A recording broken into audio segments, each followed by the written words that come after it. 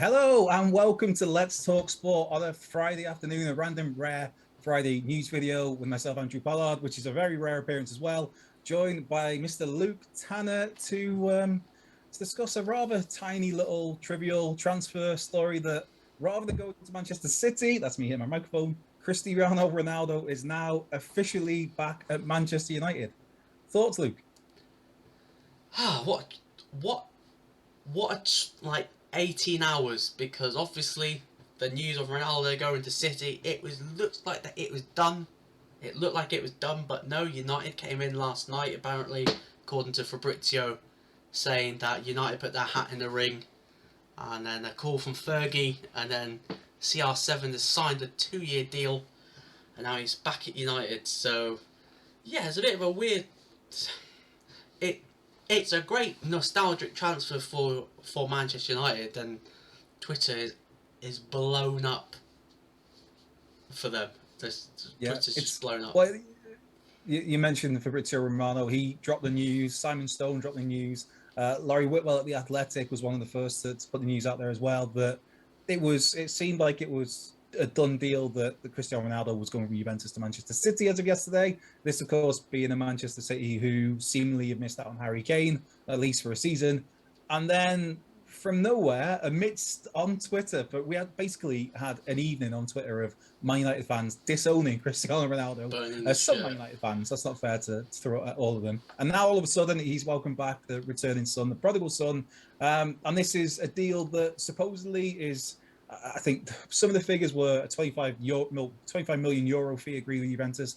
Other figures are 15 million euros and an 8 million euro add-on. It's done. When we get ready to record this, it was things were going so quickly from United are interested. It's in advanced talks. There could be a medical in Lisbon where he's on international duty. To then all of a sudden, it's been announced by Manchester United just as we were about to go and record this that the official Twitter account for United have, I think it's welcome back Cristiano, and there's a big picture there of Ronnie in all his glory. So it's done. It's a huge deal for United. It's going to get. I mean, United fans are excited clearly because to me, this is one of arguably the best player of all time. I mean, Yeah, there's this man on my t-shirt there, Diego Armando Maradona. But if you're talking the greatest players of all time, Cristiano Ronaldo is in that conversation. It's from a marketing standpoint, it's going to be huge for United. The money it's going to bring in from just from shirt sales, from Premier League. anything to do with Ronaldo is going to make bank for Man United. And the wages, there's talk of it's 270 grand a week. Others talk saying it's 480 grand a Yeah, week. that sounds more Um, like it. yeah.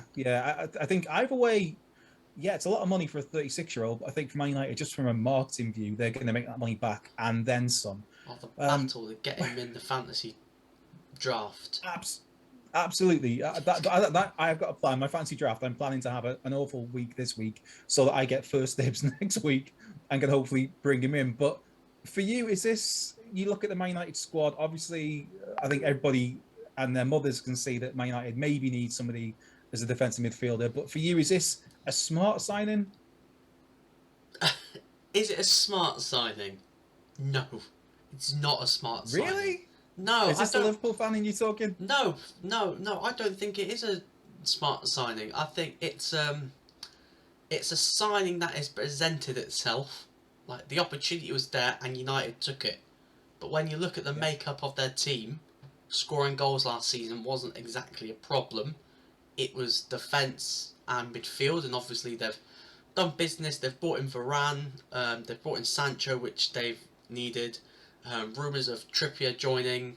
Um, but for me, the biggest problem at United is still not being addressed, and that's a defensive midfielder to shield the back line, because you're not winning the league with the McFred double pivot burger at the base. Double That's not pivot a burger. league winning double pivot. So that's like that's the thing that they're missing. They're missing a Declan Rice, a Wilfred Ndidi, and Yves Basuma, someone just sit in front of the back four, and that's it. Like if they brought that in, like the chances of United winning the league go up. But with Ronaldo, it's like it's stacking the front line. They're gonna have no problem scoring goals this year. That is a like they're gonna score a crap ton of goals. But is that midfield It's just that defensive midfield that should be a worry.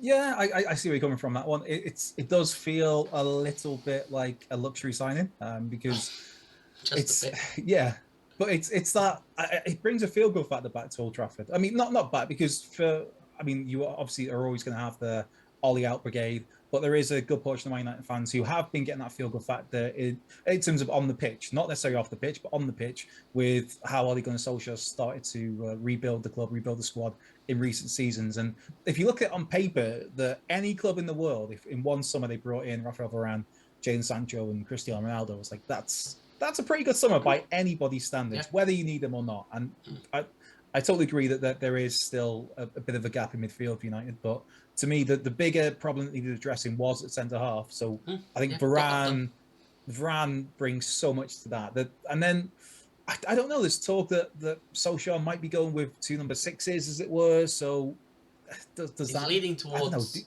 I think now McTominay's injured. I think Yeah. I've seen reports say that he's leaning more to a single pivot. So it'll be Fred, Yeah. Pogba, Bruno, which we do wonders Well, for my FPL. So far, yeah, but so Wonders far for this my season, fantasy Pogba's draws. been playing off the left. So maybe that means Van der Beek comes into midfield, or we have seen ditch Nemanja the Matic has played. 4-2-3-1. I think he'll ditch it and go 4-3-3. Yeah. Well, just to throw some numbers at you then, this is a Cristiano Ronaldo, of course, who is 36 years of age, but is the sort of physical specimen that myself and Luke can only ever dream of. I mean, the guy he is a machine. His natural fitness, his work rate, in terms of the work he puts in the gym and on the training ground, not necessarily on the pitch, some might say, but the guy is a freak of nature. But he's 36. He's been playing the last few years at Juventus and also his latter years at Real Madrid as more of a central striker than the winger Man United fans will be familiar with. But last season, 36 goals in 44 games. The season before that, 37 goals in 46 games. The season before that, 28 in 43. It's 3 seasons and 1 game at Juventus, 101 goals in 134 games. In his career at club level, 674 goals in 897 games, 109 in 179 for Portugal, 5 Ballon d'Ors, the European Championship, 5 Champions Leagues, 1 with Real Madrid, 1 with Manchester United, 3 Premier Leagues, 2 La Ligas, 2 Serie A titles. I mean, this is one of the all-time great players, regardless of whether you like the man or not. But it's the numbers. People can talk about his age, and he didn't have a great season last year, but he still rattled in a whole shed load of goals. Now, to me, one of the questions is, how does this affect Manchester United in terms of their system? Because they tend not to, under Solskjaer, they tend not to really carry passengers, as it were. Even Edinson Cavani, you'll see him tracking back to fullback positions. He will always put a complete shift in, and he covers ridiculous ground all over the pitch. So for you, how does Ronaldo, because 480 grand a week, if it is that, you're not buying him to go on the bench, and he's proven that he plays week in, week out, even despite his age. So how does this affect Man United's system if Cristiano's starting? I don't know, like, he's definitely going to start. The money he's on, I think he's taken the number 7 shirt off of Edinson Cavani. He's probably rang him up saying, "Is he? Yeah, that 7 shirt's mine." Because I know that I don't know.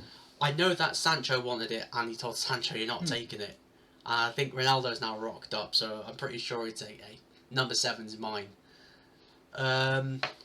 But where's he going to fit in? He'll be central. I know his numbers at Juve were showing that he was, especially last season, that he was, like, his dribble numbers were increasing rather than decreasing, which shows that he is still the dribbler that he once was. But I don't expect him to be like that in the Premier League. I'm expecting him to stay in the width of the 6-yard box, and anything that comes near the goal, he's going to go in. The one player that I'm interested to see how this affects is Bruno Fernandes, because the way that he plays like a second striker.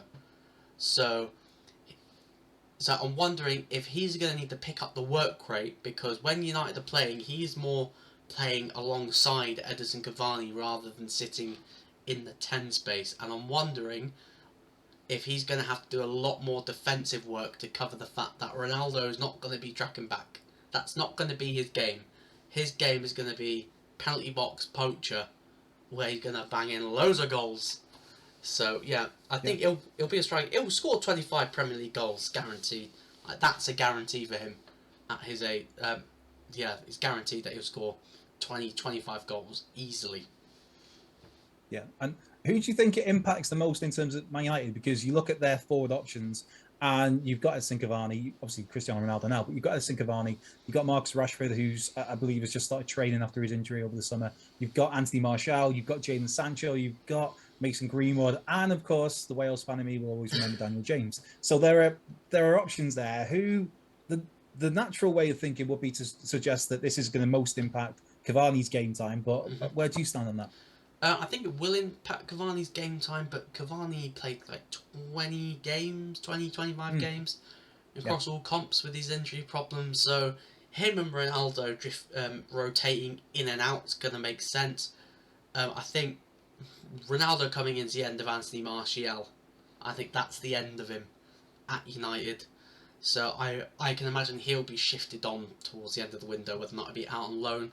I know Inter Milan were tentatively linked with him earlier on for the Romelu Lukaku replacement.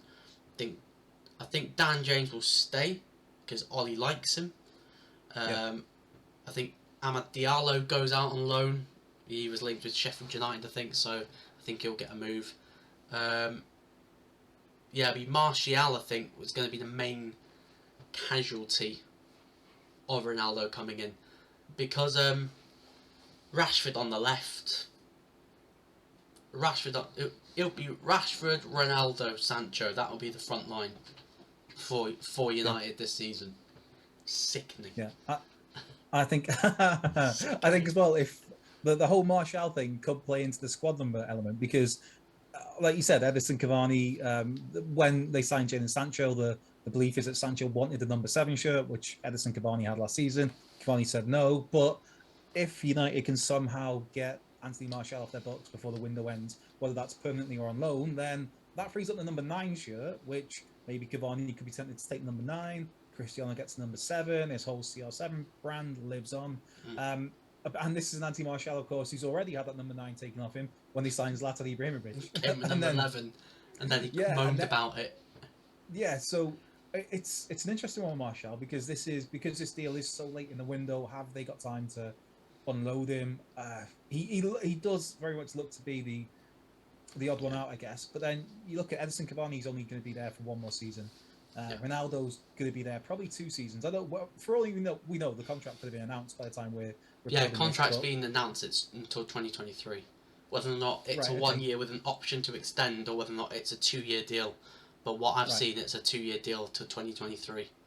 So Ronaldo's there for 2 years. I mean, you look at this if you're Mason Greenwood, you've had a year of learning off Edinson Cavani, one of the great predators of his time in terms of his movement in and around the box. And then now you're going to be learning from Cavani for another season, and you're going to be playing probably for 2 more years with Cristiano Ronaldo.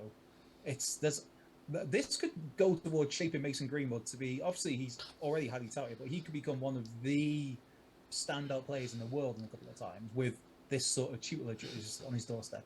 Yeah, absolutely. Just to make me feel even worse. Better to get one of the world's best ever finishers at United. Just check Twitter. Sancho tweeted scary hours, and Bruno Fernandes tweeted Agent Bruno, welcome back home, Cristiano. So they are absolutely loving it. You mentioned you mentioned fantasy football before, jokingly.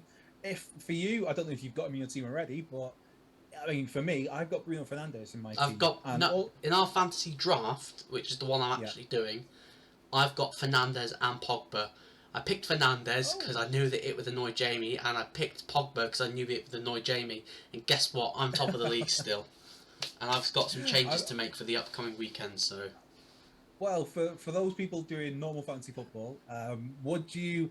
I mean, to me, like I said, I've got Bruno Fernandes, and I think it's 12 million he cost me, so that's a hefty amount of money for somebody who is guaranteed points, but one has to think that Cristiano Ronaldo going back to Man United, he's going to take the Ronaldo's probably going to be on penalties now. Yep. Exactly. So, like, would you be advising those players to cash out on Bruno? Nah, keep. I'd say keep 12 him. million. Because he's going to score a lot of goals, and plus, with the thing is fantasy, you pick players that you know are going to guarantee to play every week. That's why you don't pick City players, because Pep doesn't care who you've got for fantasy.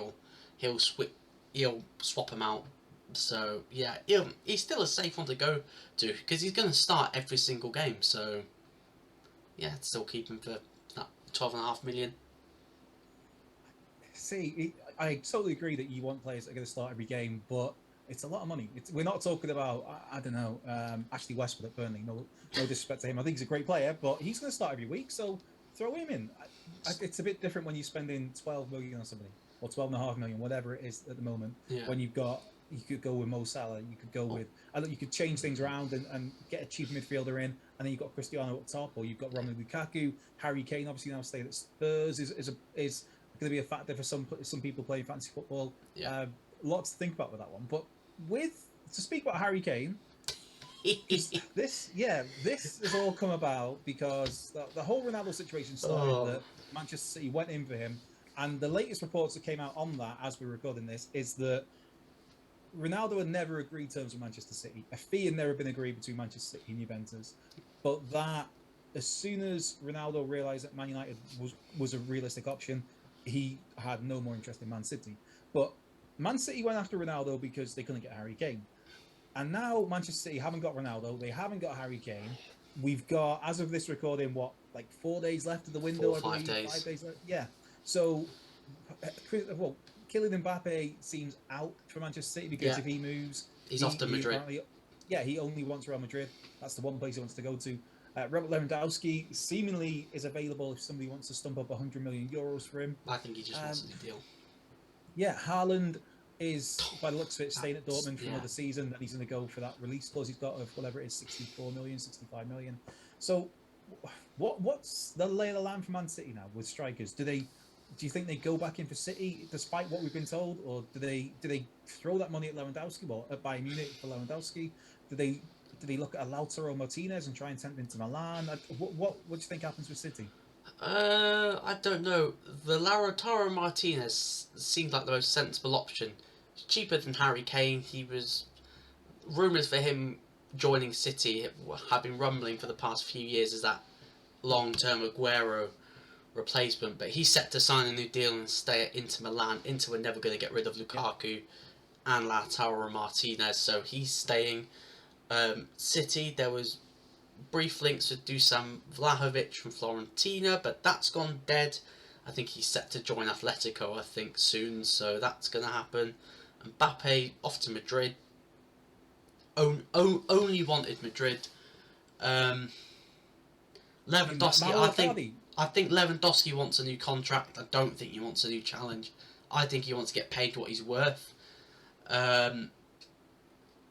Obviously, Messi went to PSG.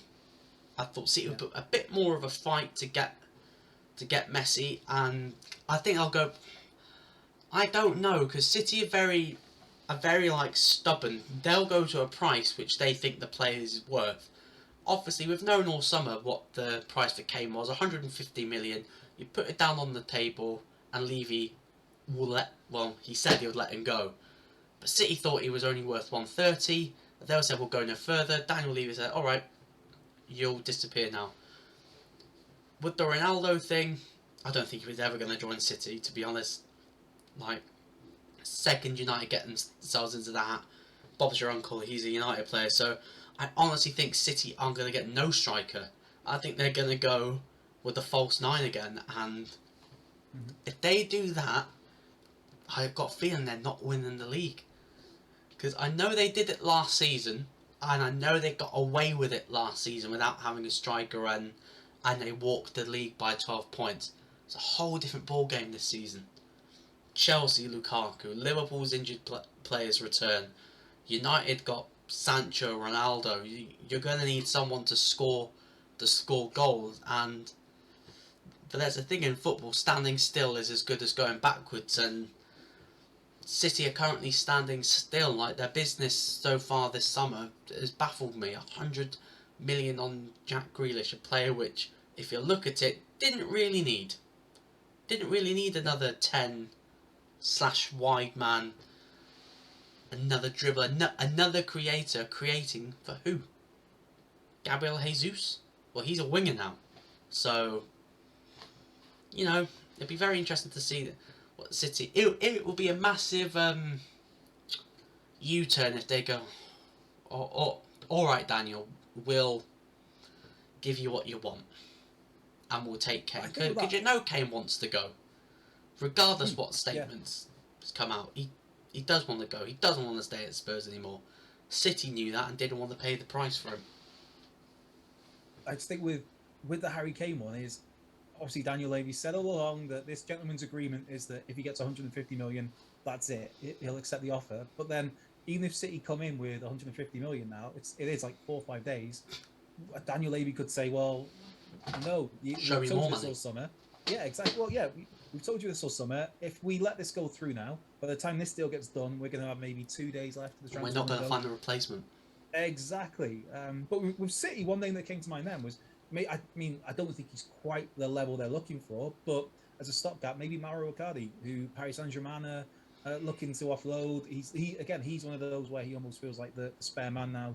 I don't think it'd be a massively great signing for City, but it depends if they're desperate to get a striker in. Another big ego to manage Pep. That's why the Ronaldo links never made sense. Pep doesn't like a big ego forward, and Ronaldo at City would have been a penalty box poacher, and Pep's strikers over the years have required to drop deep in the 10 space, create spaces for the wide men. So Ronaldo to City... It could have been like Zlatan. It could have been another Zlatan. Yeah, it could have been another Zlatan. Essentially. At Barcelona. But imagine being a Manchester City fan and this summer... Because I think, to be fair, I think their business is okay. Because I think average. I think purely from the fact that they had more players than they need. They had more squad players, more depth, more high quality players than they will need. So I think they've still got enough there to fall back on to be. I mean, to me, they're still possible. They'll finish top 4. Yeah. Of course, they'll finish top 4. I still think they're probably favourites to win it. It's them or Chelsea for me. But I think with City, the interesting one is, I don't know, where do they feel like they need to bring in the striker? Because they played most of last season. I think Aguero played 7 games, I think it was. Yeah. And they, like you said, they dominated the league. They won it by 12 points. It should have been more. They just took their foot off the gas a little bit towards the end. So if they're, I think City are going to be absolutely fine. It's just whether they feel like they have to bring in a striker. And where I was going originally with that point, before I sidetrack myself, is that imagine being a Manchester City fan, and this summer you thought for a second, you thought very realistically, you thought you would get Lionel Messi. Then that didn't happen, and you thought you were going to get Cristiano Ronaldo, who is they're the 2 best players on the planet, and even better with Ronaldo is it would rub some salt in the wounds with your bitter rivals, with Manchester United, and neither deal happens. Harry Kane is seemingly cemented his future for this season at Spurs, and so it feels a little bit like Man City had their pants pulled down, where it's like, but again, here's Ronaldo. This has not been the only player that has pulled City's pants down. Alexis Sanchez, Virgil van Dijk. That worked out. Are players where City didn't want the push a little bit further to get the job done. They've been quite, rigid. They say, we will not go further, take it or leave it. And clubs have gone, alright, see you later.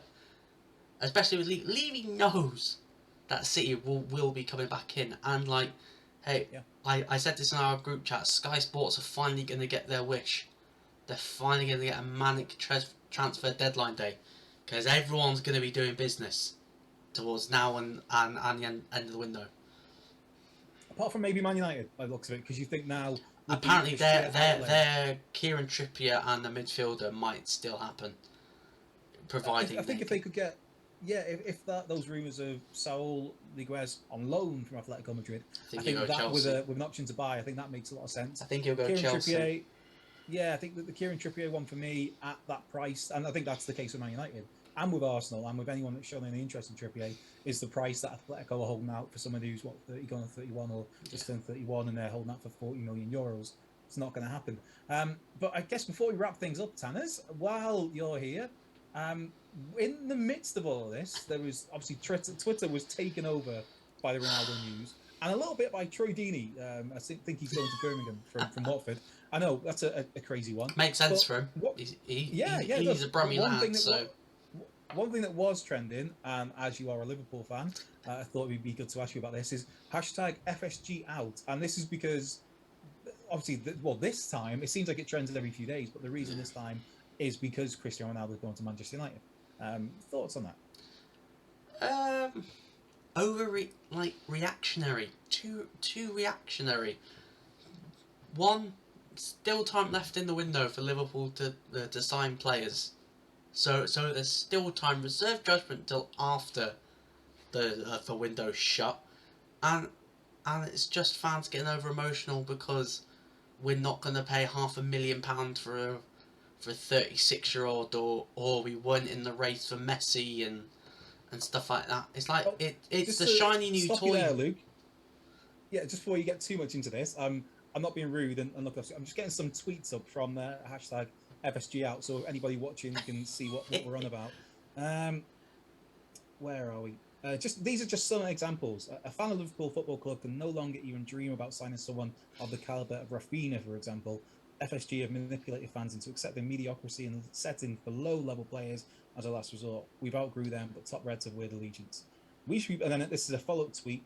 We should be bidding for such players like Mbappe, Haaland, Lukaku, Sancho, Grealish, but instead we're here debating Bowen, Berardi, or Doku. It's so embarrassing, man, because we're one of the biggest clubs in the world and have the best manager in the world. Hashtag FSG out. FSG, get out of my club. How do they expect us to compete without investing money?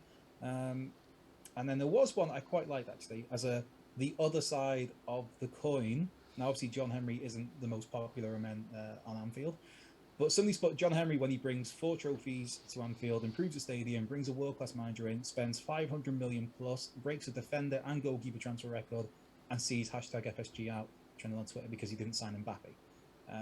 So yeah, that's just some examples here of some of the comments behind the hashtag FSG out Twitter trend. So yeah, sorry, Luke. That was just some context for our viewers. So yeah, please carry on.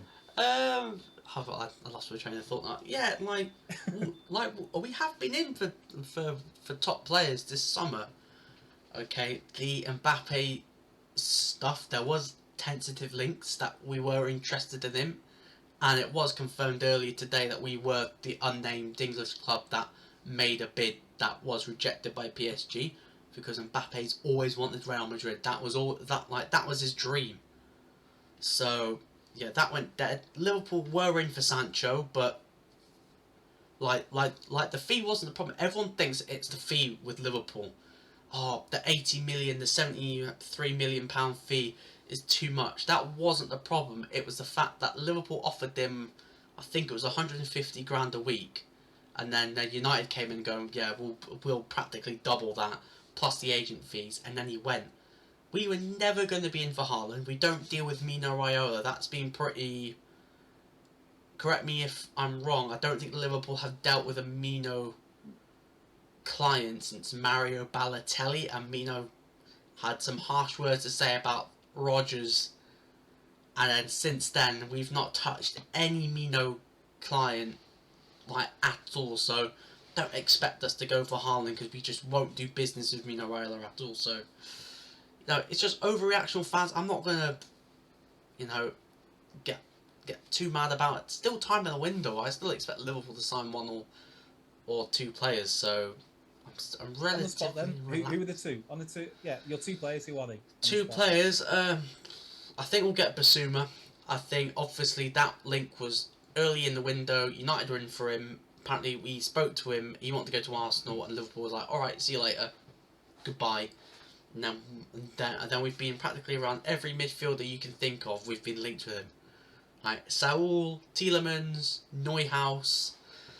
So I think we'll go back for Basuma. He wouldn't be my first choice, personally, even though he's a great player. And then forward, no idea. But I think we'll need a forward. I have a feeling it might be Jared Bowen, only because Divock Origi's set to stay at the club. So unless we're and we've only got 1 foreign space left in the squad now Shaqiri went, so I fully expect us to sign at least 1 British player before the end of the window. So yeah, I think we'll get 2 in. Yeah, I think they'd be, well, both of those would be great signings. I think. I know they're not necessarily the Hollywood signings. It's the shiny new toy. Like everyone's obsessed with getting the latest signing or oh look at this great shiny toy. But like Liverpool have been, are doing great work, and plus we've near enough signed down every big player you can think of has been signed up to new deals. The Salah deal is practically done, and I think Liverpool have opened negotiations with Mane and Firmino. I wouldn't be so sure offering them contracts just yet, just because I need to see if their form picks up again before you give them big money deals again. So yeah, I'm alright at the moment. Still time. Well, fingers crossed for that. Well, I think Basuma's great. I don't know if he's really what you need right now when you look at the midfield options you've got, because it's probably going to take maybe 40 million to get him off Brighton. I think something like that, maybe I think more. Brighton have been interested in Nat Phillips, so maybe it'll be cash plus him. Yeah, maybe. But I just think in that midfield where you've got Henderson and Fabinho start for me if they're both fit, and then another, whether that's Thiago, whether that's Keita, whether that's. The thing is, Basuma doesn't get injured though, and that's the problem with that Liverpool midfield. You're guaranteed Keita will get injured, Fabinho will get injured, Henderson will get injured, and Thiago will get injured at various points this season. So you've still got James Milner. Yeah, and he's injured as well. Plus, he's like 40 odd now, so you can't rely on him to fill in. That's a fair point. I think that's as fair a point as we can end things on. End our Cristiano Ronaldo chatter on a Liverpool note, of course, because why not? Right? No, yeah. Prediction of where United are going to finish with Ronaldo. Where do you think they're going to finish? What do you think United will do this season? Like in all comps, do you think they win a trophy this year with him? I do. I had, when we were talking about predictions earlier in the season in our little Let's Talk Sport group chat, I had United second behind Man City until Lukaku signed for Chelsea, and then Chelsea leapfrog United and maybe leapfrog City. I think I don't know. I think it's going to be between City and Chelsea. I don't know. I think United second or third. I don't think they still. I don't know, unless they bring in somebody in midfield, then I think they could have a great shot at winning the league. I think with Ronaldo in, I think second or third. I think if they got second, it'd be a good season. Obviously, some people might say, "Well, you're spending a whole load of money just to come second again." I think second would be good. I think third, it's second or third, and I think they will win the trophy. I'm going to go bold, and I'm going to say they're going to win the Champions League. Oh no! I can't. I like a random. I like to throw out a random punt now and again, and I'm going to say they win the Champions League. I'm not sure where I pulled that from, but that's what I've said, and I'm going to stick to it. How about yourself, El Tans? The final is in Russia this year, and last time United played the Champions League final in Russia, they did. They won it. Rain. And Ronaldo missed the penalty, and Terry slipped on his arms, which is brilliant. And Ronaldo scored. Terry's a C word. Score in the final. Then missed the penalty. I think obviously we'll do our Premier League predictions after the transfer windows close, and obviously we'll do our Champions League preview, and we'll talk about the transfer window in a whole, who won the transfer window, who lost. So we'll go into more. We'll delve in a bit more, but I think. Will United win the trophy? They should, but they won't. I don't think they'll win the trophy this year. I just don't think they will. And I've said this in the group chat, and I'll happily say it now. They're still fourth. They're still fourth. And I know it's like, they're finishing fourth, but for me, the gap between fourth and fifth, like the top four, is locked in. There's going to be a massive gap between fifth and fourth this year. The disrespect to Leicester. I don't think Leicester. Hey, did you see Leicester's Europa League group with Napoli in it? So, yeah, no, I think United will finish fourth for me. Still not sold the midfield, but obviously they could do it by the time we do our Premier League predictions. They still haven't fixed the midfield, and how is Solskjaer going to manage all those egos?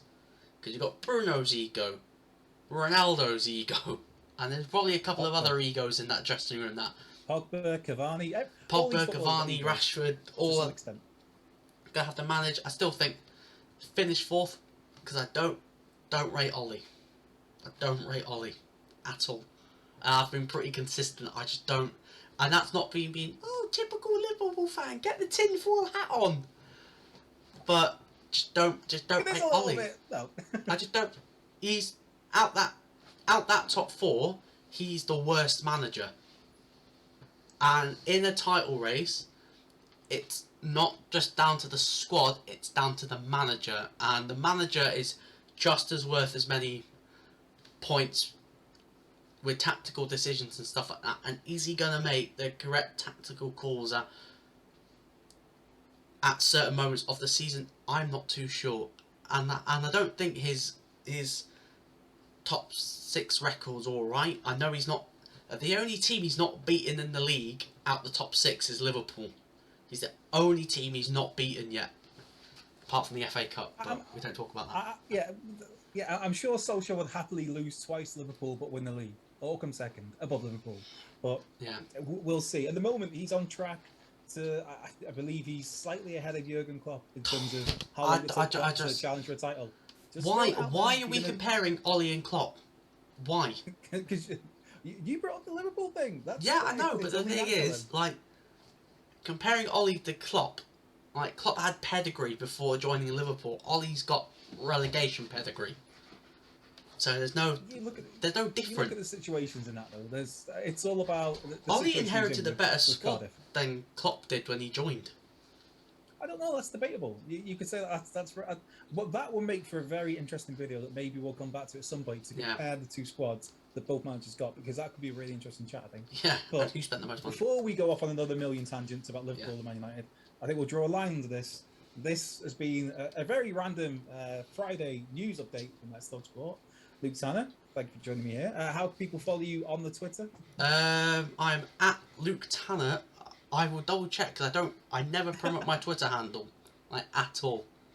But it's at Luke Tanner 257. To follow me on Twitter. That's the big number. I've got 28 followers. Make sure to add to those 28. Give Luke a smile. Follow me at Culture Left Peg on Twitter. Follow us at Let's Talk Sport 12 on Twitter. That's 12 on Twitter. Like, share, comment, all that good stuff on this video. And we'll catch you again at some point in time. Give a big wave, Luke.